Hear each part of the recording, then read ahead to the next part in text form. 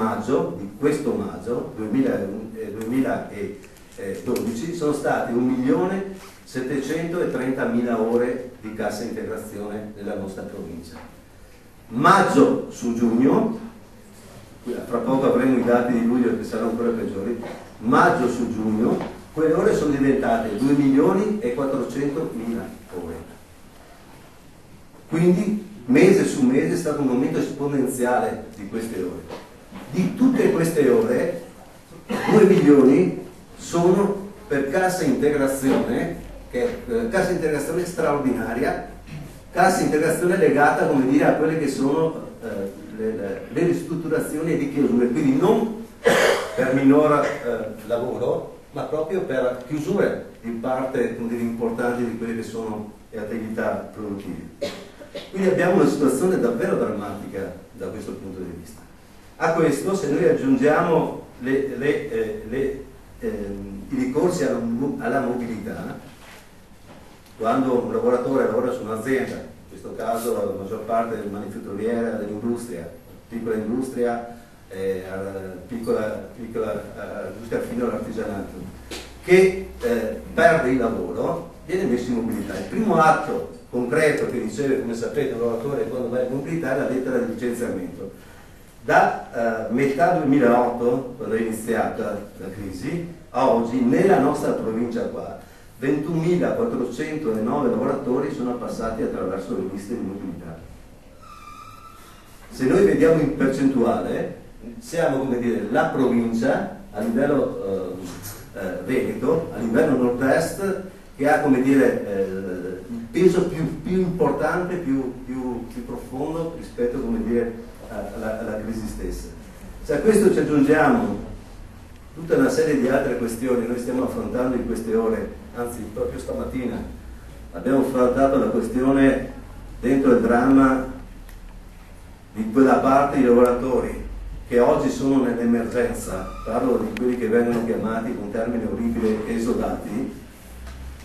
che nella nostra provincia, dati nostri, che li abbiamo raccolti nel rapporto con le categorie, perché l'INPS non è in grado di darti, come dire, se non in termini generali, i dati, noi abbiamo circa 1.700 lavoratori nella nostra provincia, i quali sono stati, chiamandoli col giusto nome, licenziati, anche attraverso accordi sindacali rispetto, come dire, a un percorso con la 223 di ricollocazione alla pensione, quali oggi l'INPS di Venezia, l'INPS provinciale, ha dato i dati rispetto a quanti di quei 65.000 che la Fornero ha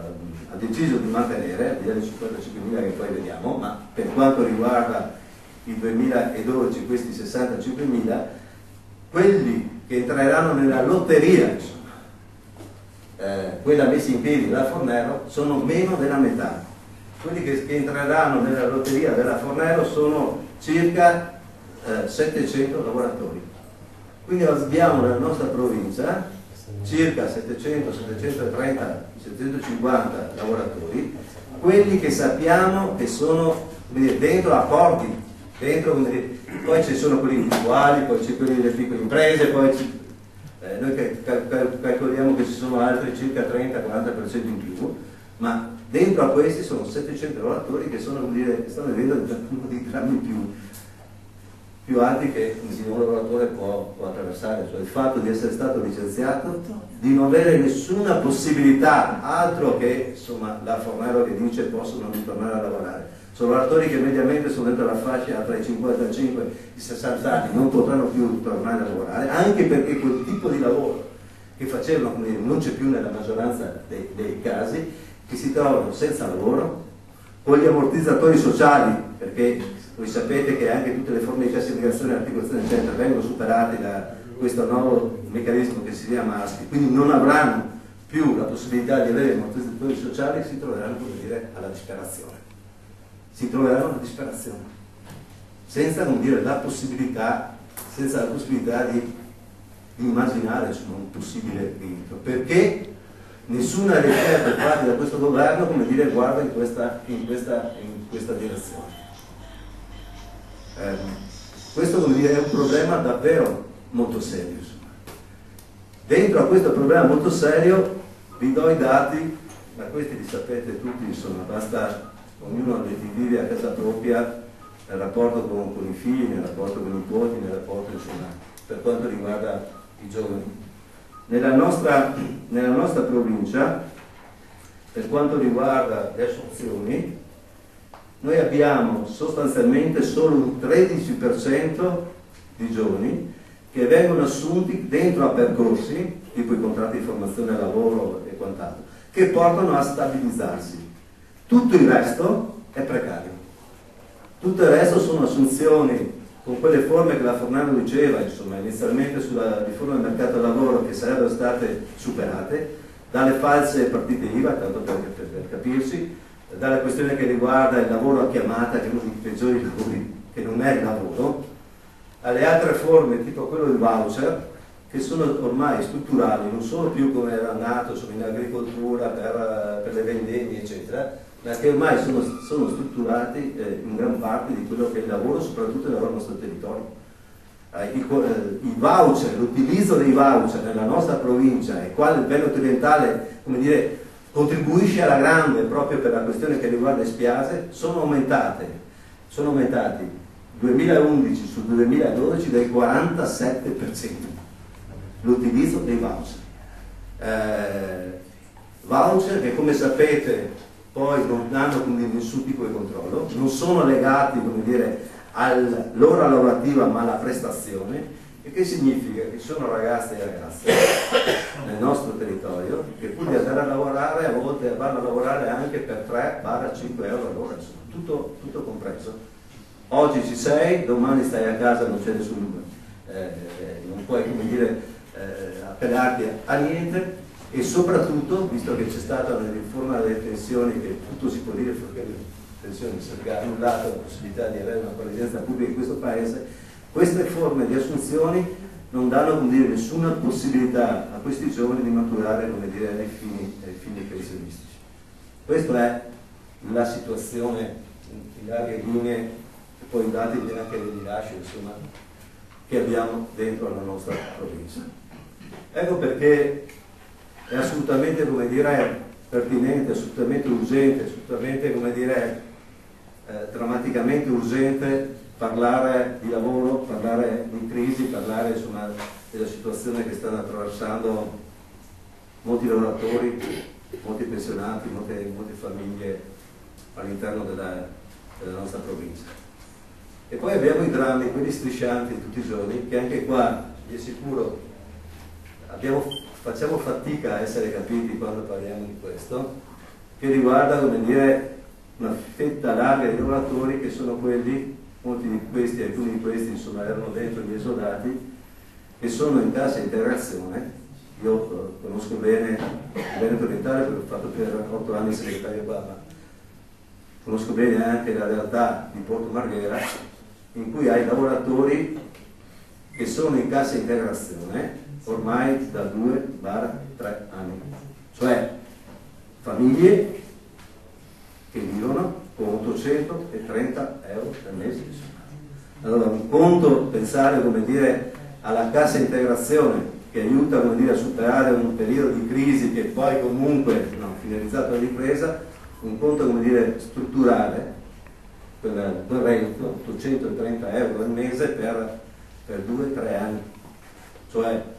abbiamo, come dire, un aumento, perché qua l'abbiamo in qualche maniera messo anche nei numeri, un aumento di quelle che sono le povertà, che sono davvero, come dire, impressionanti. E guardate, io ho un po' di tempo, insomma, che al di là che sono stato 7 anni in giro per l'Italia, ma insomma, che io non ho mai visto una situazione come questa, insomma. Non c'è neanche più, come dire, la rabbia.